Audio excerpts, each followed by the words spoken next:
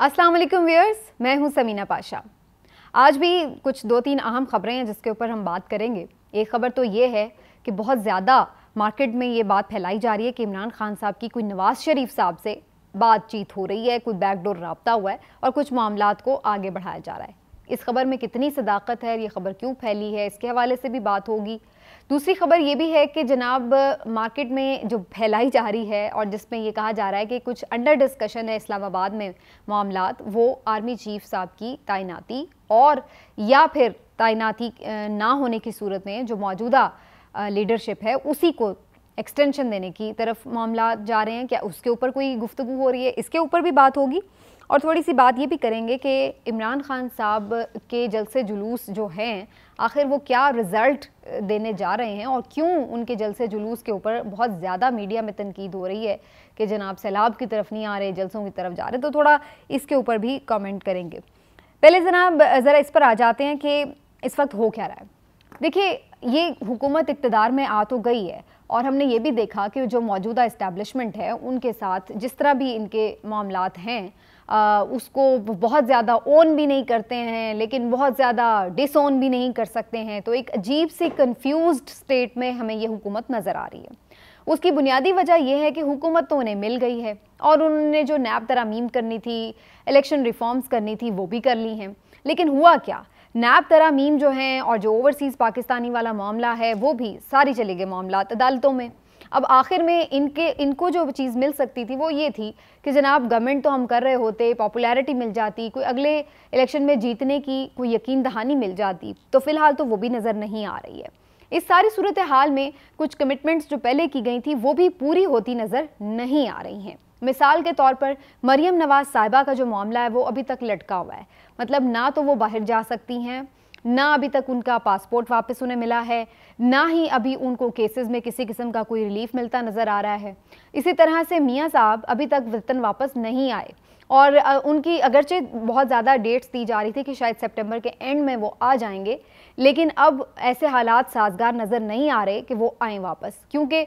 वो भी इसी सूरत में वापस आते कि अगर इमरान खान साहब की नाअहली की तरफ मामला जा रहे होते या फिर ये होता कि उनको केसेस से रिलीफ मिल जाता और कुछ इस तरह के मामला तय हो जाते कि उन्हें वापसी पर कम से कम जेल ना जाना पड़ता, हुकूमत पंजाब PMLN के हाथ में होती तो शायद उन्हें कोई अच्छा रिसेप्शन देने की कोशिश की जाती वगैरह वगैरह। लेकिन अब ये सब भी नहीं हो सका, हुकूमत पंजाब हाथ में रही नहीं। अब नवाज शरीफ साहब वापस आते हैं तो जेल जाना पड़ेगा, फौरी तौर पर रिलीफ मिलने का कोई इम्कान नहीं है।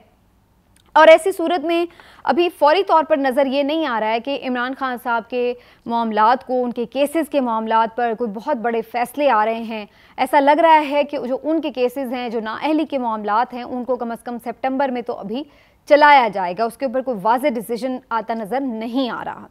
ऐसी सूरत में ऐसा लग रहा है कि जो नवाज शरीफ साहब को यकीन दहानियाँ कराई गई थी कि शायद आपके लिए सब अच्छा हो जाएगा, वो ऐसा नहीं हुआ। और इवन आपने पिछले दिनों एक खबर देखी भी, खबर क्या, आपने एक ये देखा कि मियाँ साहब की एक स्पीच अचानक से ऑन एयर हो गई। अब उनके ऊपर तो पाबंदी थी और उनके ऊपर जो पाबंदी थी वो इस वजह से थी कि वो मफरूर हैं और वो अदालतों में मतलूब हैं, लेकिन वो नहीं आ रहे। और उसके बाद फिर ये जो उनकी मुख्तलिफ जो भी तरीक़ाकार होता है एब्सकॉन्डर्स के लिए, वो अपनाते हुए उनके ऊपर भी स्पीच के ऊपर पाबंदी लगाई गई थी। और फिर जो जलसे जुलूस में वो गुफ्तगू कर रहे थे नाजुक मामलात के हवाले से, आर्मी चीफ को नाम ले लेके वो जिस तरह से उनके बारे में नेगेटिव गुफ्तगू कर रहे थे, तो उसकी वजह से भी ज़ाहिर है वो पैमरा की जद में आते थे, तो उनके ऊपर पाबंदी लग गई थी। लेकिन पिछले दिनों सैलाब ज़दगान के मामले के ऊपर उन्होंने अचानक से लाइव खिताब भी कर लिया और जनाब वो आ भी गया और उसके बाद हमने देखा कि बड़ा वो अपने हुकूमत को हिदायत भी जारी कर रहे थे।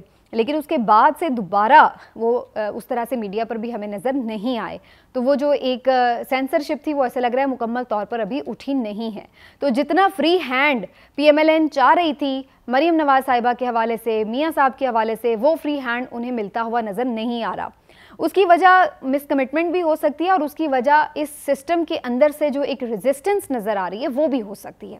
देखिए, आपके प्लान, आपके पावरफुल लोगों के प्लान्स कुछ और हो सकते हैं, लेकिन एट टाइम्स आपकी मिस कैलकुलेशन की वजह से सिस्टम के अंदर से भी एक रेजिस्टेंस जो है वो हमें नज़र आती है। बहुत सारे जजेस के फैसले बाज़-औक़ात हमें एक रेजिस्टेंस नज़र आते हैं, जो कि ऐसा लगता है कि पहले मामलात जिस तरह से यकीन दहानियाँ कराई गई होती थी, शायद उस तरीके से अब वो चीज़ें नहीं एक्ट हो रही उनके ऊपर, बल्कि वो कुछ रिएक्शन हमें नज़र आ रहा है कि कुछ और मामलात हैं, कहीं पर चीज़ें जो हैं हमें सॉफ्ट नज़र आ रही हैं और कहीं पर इमरान खान साहब को रिलीफ मिलता नज़र आ रहा है, कहीं पर मियाँ साहब को रिलीफ मिलता नज़र आ रहा है। तो बहुत सारी चीज़ों में जो सिस्टम है वो उस तरह से अब ऑपरेट नहीं कर रहा है कि जिसको हम ये कहें कि जी सिंगल एंड सोल पावर है और वहाँ से चीज़ें जो हो रही हैं। इसी तरह से ये मिस कमिटमेंट्स की वजह से PMLN के अंदर कहीं ना कहीं एक रिजेंटमेंट है, एक परेशानी है और एक आप कह लें कि शकूक व शुबहात भी हैं इस्टेब्लिशमेंट को लेकर के कि क्या कहीं उनके साथ कोई डबल गेम तो नहीं हो रही कि सारी नाकामी, सारी जिसको कहते हैं ना कि बुराई का मलबा उनके ऊपर आ गया है और उनको वो मामलात, वो रिलीफ भी नहीं मिले जो कि वो चाहते थे। तो फिर उन्होंने, वो कहते हैं ना पंजाबी में, तू की प्यार चो अस्सा की प्यार चो खटिया, तो कुछ वैसा ही मामला इनको लग रहा है कि वो सोच रहे हैं कि हमें क्या मिला इस सारी एक्सरसाइज से। दूसरी जानिब हम ये देख रहे हैं कि जब इस सारी गेम के पीछे अब नया जो पत्ता नज़र आ रहा है वो ये है कि शायद कोशिश की जा रही थी इन हुकूमती जमातों की जानिब से कि किसी तरह से इन मामलात, चूँकि ये खुद भी बहुत ज़्यादा इस्टेब्लिशमेंट से खुश नहीं है, कि किसी तरह से ये मैसेज इमरान खान साहब को कन्वे किया जाए। इमरान रियाज खान साहब की भी इस बारे में ख़बर है और उन्होंने कुछ अपने हवाले से कोट किया है कि वो उस वक्त मौजूद थे जब कुछ सीनियर सहाफ़ी, सुलवड़ाइज का उन्होंने नाम लिया है, मुजीबुर रहमान शामी का नाम लिया है, कि वो इमरान खान से मिले और उन्होंने ये मैसेज भी उन्हें कन्वे किया। लेकिन सवाल ये नहीं है कि वो क्या उनको हम क्या PMLN का नुमाइंदा समझें। वो एक सहाफ़ी हैं, मुख्तलिफ उमूर पर आकर वो राय भी ले सकते हैं, इमरान खान साहब की सोच भी जानना चाह सकते हैं। तो उसका मतलब ये तो नहीं है कि कोई ऑफिशियल आपका डायलॉग हुआ है या कोई PMLN से बाज़ाब्ता कोई मुज़ाकरात शुरू हो गए हैं या कोई राब्ता शुरू हो गया। और इसी वजह से हमने देखा कि पाकिस्तान तहरीक इंसाफ ने आकर खुले अल्फाज में इसकी तरदीद कर दी है। फवाद चौधरी साहब ने बड़ा वाज़े कैटेगोरिकली कहा है कि जो PMLN से किसी किस्म की कोई बातचीत नहीं हो रही है। लेकिन ऑनेस्टली अगर मुख्तलिफ सियासी जमातें अगर इस्टेब्लिशमेंट के सियासी किरदार को ख़त्म करना चाहती हैं तो वो इस एक नुक्ते के ऊपर इकट्ठी होकर बात कर सकती हैं। लेकिन उसमें अगैन इमरान खान साहब का जो पहला नुक्ता है वो ये कि पहले आप इलेक्शन की डेट अनाउंस करें, उसके बाद फिर बाकी सब चीज़ों के ऊपर आपसे बातचीत हो सकती है। तो ये उनकी एक कंडीशन है जो कि फ़िलहाल इस हुकूमत को नज़र नहीं आ रहा है कि वो ये हुकूमत करेगी पूरी। ये हुकूमत क्यों इलेक्शन की तरफ नहीं जाना चाहती, इसके ऊपर आज इमरान खान साहब ने फैसलाबाद के बड़े जलसे में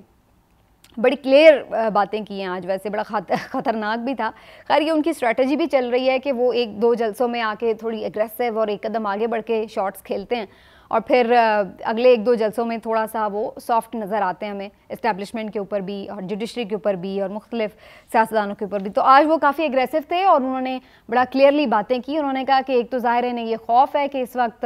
अवाम जो है वो पाकिस्तान तहरीक इंसाफ के साथ खड़ी है, इसलिए ये इलेक्शन में नहीं जाते। और दूसरी वजह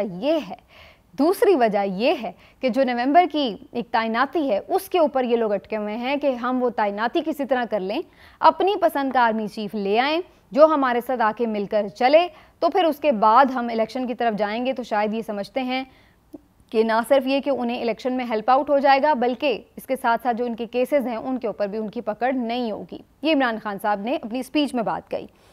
अब उसके ऊपर बात यह कि इमरान खान साहब ने स्पीच के अंदर ख़ास तौर पर आर्मी चीफ की एक्सटेंशन के ऊपर या आर्मी चीफ की तैनाती के ऊपर बात क्यों की, ये मेरी वो दूसरी खबर है या वो पॉइंट है जिसके ऊपर मैं बात करना चाहती हूँ। मार्केट में आजकल एक फार्मूला ये बड़ा ज़ेर गर्दिश है कि जनाब मौजूदा जो आर्मी चीफ हैं उनके हवाले से ये बात चल रही है इस हुकूमत के अंदर भी मुख्तलिफ हलकों में और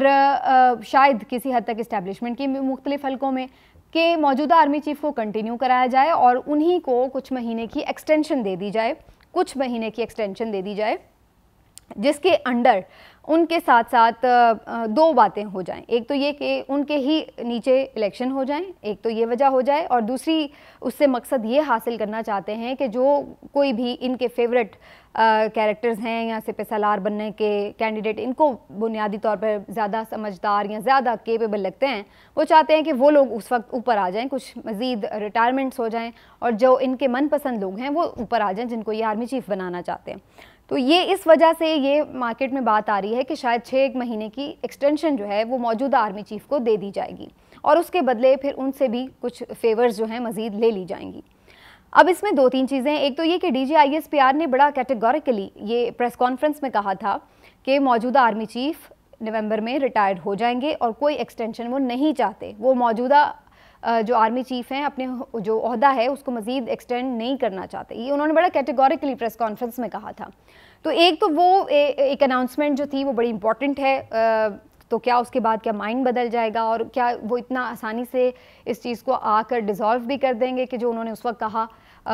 उसके बाद चेंज हो गया सब कुछ, क्यों और कैसे चेंज हो गया, फिर ये क्वेश्चन होगा। और फिर दूसरी चीज़ ये भी है कि आईनी तौर पर भी हम देखते हैं कि वो एक बार की एक्सटेंशन तो अलाउ है, लेकिन जो कि अभी नई कानून साजी हुई थी आपको याद होगा, जिसमें आर्मी चीफ के हक़ में 300 से भी ज़्यादा वोट पड़े थे और जो मुख्तलिफ सियासी जमातें जो उस वक्त बड़ी एंटी इस्टेब्लिशमेंट बनी हुई थी, PMLN हो या पाकिस्तान पीपल्स पार्टी हो, और रज़ा रब्बानी ने भी बड़े आंसुओं के साथ वो जो है जाके वोट कर दिया था एक्सटेंशन के हक़ में। PTI तो चलें वो पहले ही सेम पेज का राग अलाप रही थी, उस वक्त उन्हें भी बड़ा सेम पेज पसंद था, तो वो तो राग अलाप ही रही थी। लेकिन बाकी जो उस वक्त की अपोजिशन जमातें जो बड़ी एंटी इस्टेब्लिशमेंट बनी हुई थी, उन्होंने भी जाके बड़े ज़ोरों शोर से बड़े जाके जनाब पूरे दिल के साथ वोट किए। तो बहरहाल उस जो इन्होंने ये एक्ट में जो आर्मी एक्ट में तरमीम की थी और उसके अंदर जो एक्सटेंशन का मामला था जिसमें चीफ जस्टिस साहब ने, जिस आपको याद होगा मशहूर नोटिफिकेशन था जिसमें गलतियां थी, और फिर उस वक्त के जो चीफ जस्टिस थे उन्होंने कहा कि इसको गलतियों को दूर किया जाए। ऐसा तो कोई लॉ है ही नहीं है, पहले तो इसको लॉ मेकिंग की जाए जो आर्मी चीफ की एक्सटेंशन का मामला है। तो उसमें भी आपने अभी ये लॉ बनाया था, उसमें भी आपने ये बात की थी कि आप उनको एक टर्म की जो एक्सटेंशन है वो दे सकते हैं। वो एक्सटेंशन तो ये मौजूदा आर्मी चीफ ऑलरेडी ले चुके हैं,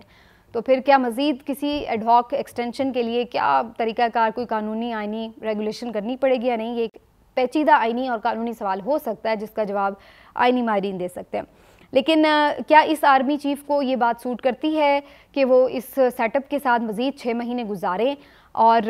इनके लिए कोई फिर ऐसा काम करें जिससे इन्हें कोई फेवर मिले? तो वो उनके लिए और इदारे के लिए क्या सूटेबल है? ये भी एक बहुत बड़ा सवाल है जो कि जाहिर है कि इदारे के जो बड़े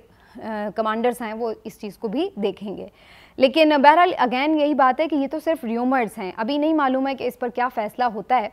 और ऐसी कोई बात चल भी रही है या नहीं। लेकिन अगर ऐसी कोई बात अंडर डिस्कशन नहीं है तो इसको कैटेगोरिकली आके DGISPR को डिनाई कर देना चाहिए ताकि इन रूमर्स का खात्मा हो सके। मज़ीद जो इदारे की तैनाती है इतनी अहम, उसके ऊपर किसी किस्म की भी जो क़यास आराइयाँ चल रही हैं वो किसी तौर भी मुल्क की सिक्योरिटी के लिए भी अच्छी नहीं है और जो पॉलिटिकल सिचुएशन है उसके लिए भी अच्छी नहीं है। तो आज ऐसा लगा कि इमरान खान साहब ने इस हवाले से भी थोड़ा दबाव बढ़ाने की कोशिश की है इस मामले पर बात करके, आर्मी चीफ के मामले पर, कि जनाब ये इस वजह से जो है ये हुकूमत इलेक्शन में नहीं जा रही है। तो इसमें बहुत सारे लोगों का ये भी ख्याल है कि इमरान खान साहब चाहते हैं कि आर्मी चीफ की तैनाती के हवाले से उनसे मुशावरत की जाए। अब बात ये कि ये तो वज़ीर आज़म का इस्तेहक़ाक़ है और जैसे तैसे भी सही, फ़िलहाल तो वज़ीर आज़म अब शहबाज शरीफ साहब ही हैं, और अगर उन्हीं की दौरे हुकूमत में आर्मी चीफ की तैनाती का टाइम आ जाता है तो फिर ये उनका इस्तेहक़ाक़ है और देखना यही कि वो अपना इस्तेहक़ाक़ कैसे इस्तेमाल करते हैं। लेकिन इमरान खान साहब इस मामले पर अपनी राय जो है वो दे चुके हैं और अब देखना ये है कि क्या नवंबर के, लेकिन मेरा ज़ाती ख्याल ये है कि नवंबर से पहले ही अक्टूबर में इस पर मामला जो हैं वो काफ़ी क्लियर हो जाएंगे। सितंबर इस हवाले से ख़ासा अहम होगा कि एक तो 9 हल्कों के इलेक्शन होने हैं और उनके रिज़ल्ट्स बड़े इंपॉर्टेंट होंगे। फिर इमरान खान साहब की जो केसेस हैं उसमें प्रोसीडिंग्स कैसे आगे बढ़ती है वो भी आपको हालात की निशानदेही करेगी कि आगे इमरान खान साहब के लिए मामलात सॉफ्ट होने जा रहे हैं या हार्ड होने जा रहे हैं। तो इससे भी पता चलेगा कि आगे की जो अक्टूबर की सिचुएशन है वो क्या होगी। और तीसरी चीज़ मैं ये भी समझती हूँ कि आर्मी चीफ वैसे कोई भी तैनात हो जाए, बेशक आपने अपने हाथ से किया होता है, लेकिन